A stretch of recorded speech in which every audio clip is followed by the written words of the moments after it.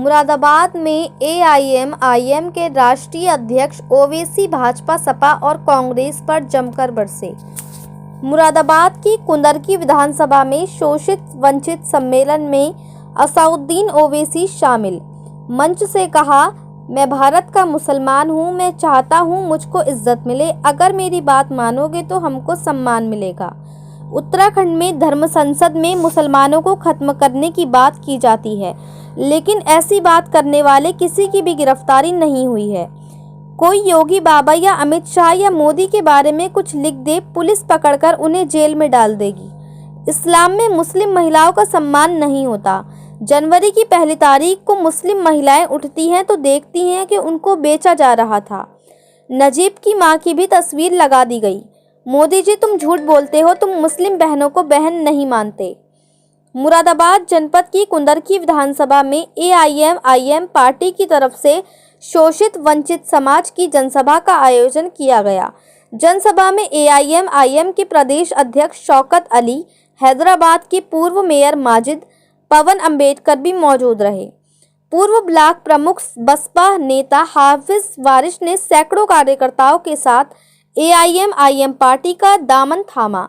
मंच से असाउद्दीन ओवैसी ने कहा कि पिछले विधानसभा चुनाव में हम मजबूत नहीं थे, आपने पहले वोट दिया, आपका शुक्रिया। इस बार विधानसभा चुनाव में अब हम मजबूत हैं। ओवैसी ने मंच से कहा कि मैं भारत का मुसलमान हूं, मैं चाहता हूं कि मुझे इज्जत मिले। मैं तुमसे कह रहा हूं, मेरी बात को समझो, समझ जाओगे तो भारत में हमें सम्मान मिलेगा। उत्तराखंड में धर्म संसद में मुसलमानों को खत्म करने की बात की जाती है।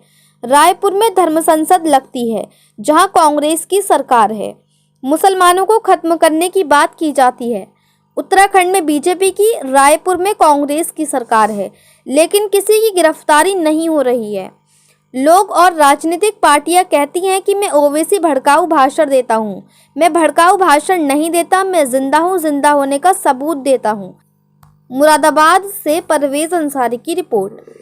उत्तर प्रदेश के असेंबली के इंतखाबात में, विधानसभा के चुनाव में आप तमाम मिलकर एक नई तारीख को रकम करेंगे। मुझे खुशी है कि मैं दोबारा कुंदरकी को आया हूं।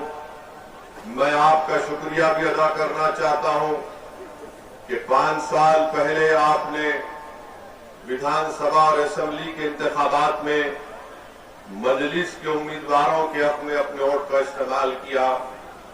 वो उस वक्त हमको कामयाबी नहीं मिली, मगर मेरा ये अखलाकी फरीजा है कि मैं आप तमाम का शुक्रिया अदा करूं कि आपने ऐसे वक्त में मजलिस का साथ किया जब मजलिस आज की तरह इतनी तंजीमी तौर पर, जब हमारा संगठन उस वक्त इतना मजबूत नहीं था, ना ही लोग इतना मजलिस से वाकिफ थे, और ना ही जो आज अल्लाह के फजल करम से उत्तर प्रदेश के खास तौर से मुस्लिम अक़लियत के दिलों में और उनके घरों में मजलिस पहुंच चुकी है।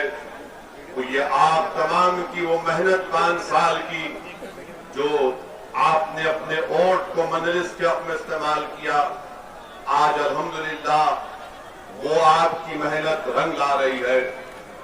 मजलिस इत्तेहादुल मुस्लिमीन के उम्मीदवार को आपने उस वक्त साथ दिया जब लोग मजलिस को पहचानते नहीं थे।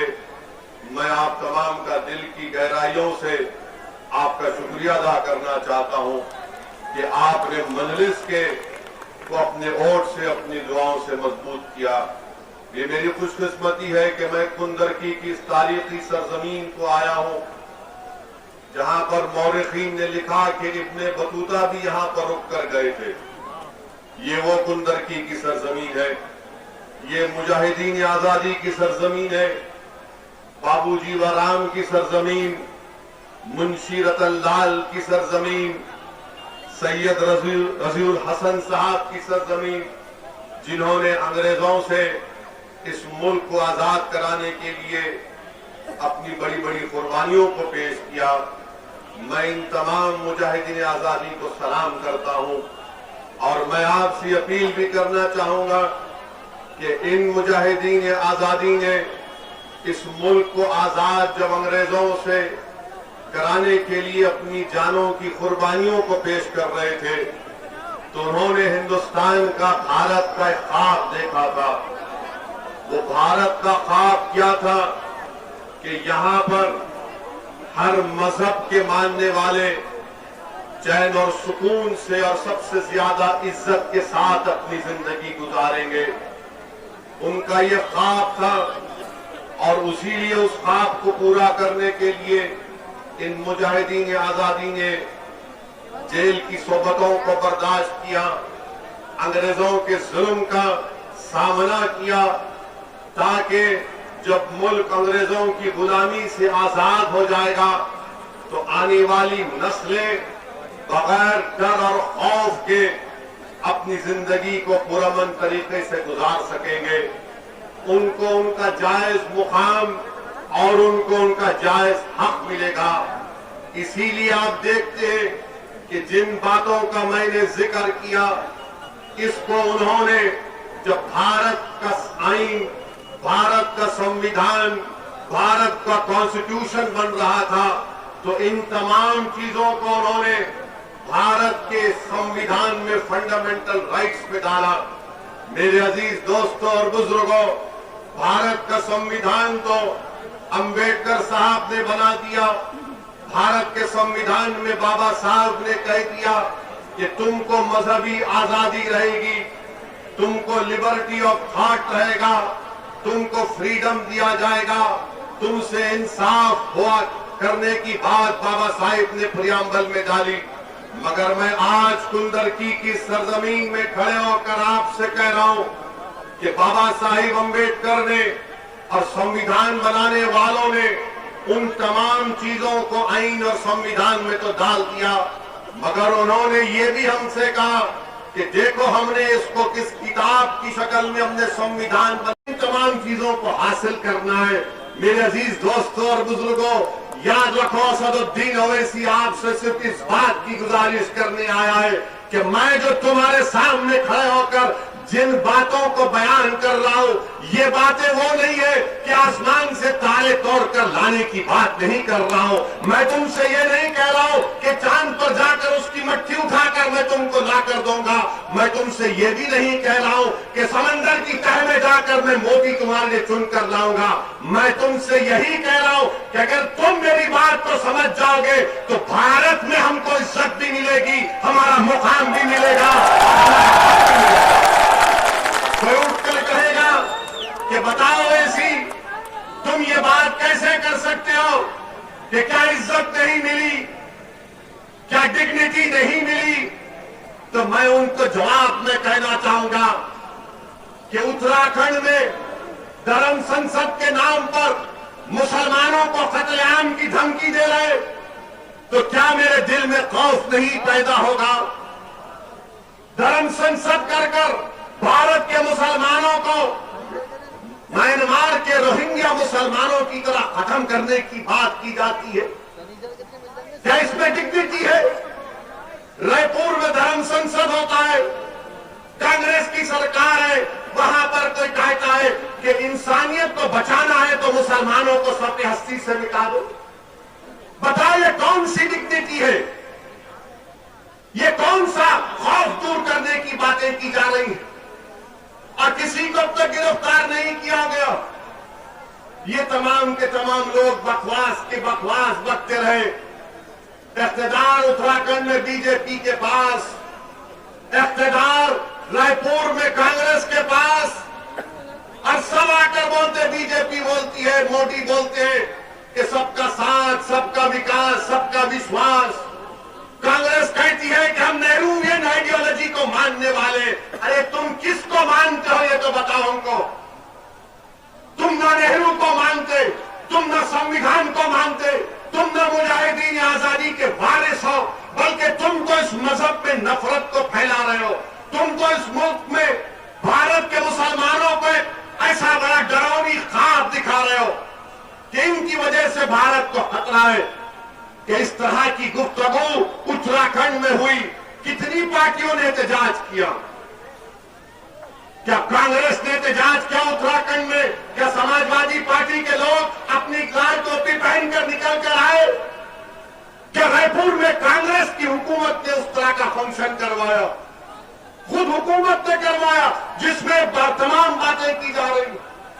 और जब मजलिस ये बात उठाती है तो सब के सब कहते हैं कि देखो ओवैसी भड़काऊ भाषण देता है, ओवैसी जज्बात में लाता है।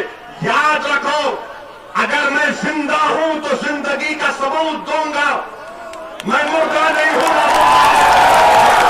बयान करना भड़काऊ भाषण है तो तैयार हो जा, अल्लाह जब तक जिंदा रखेगा सच्चाई को बयान करूंगा।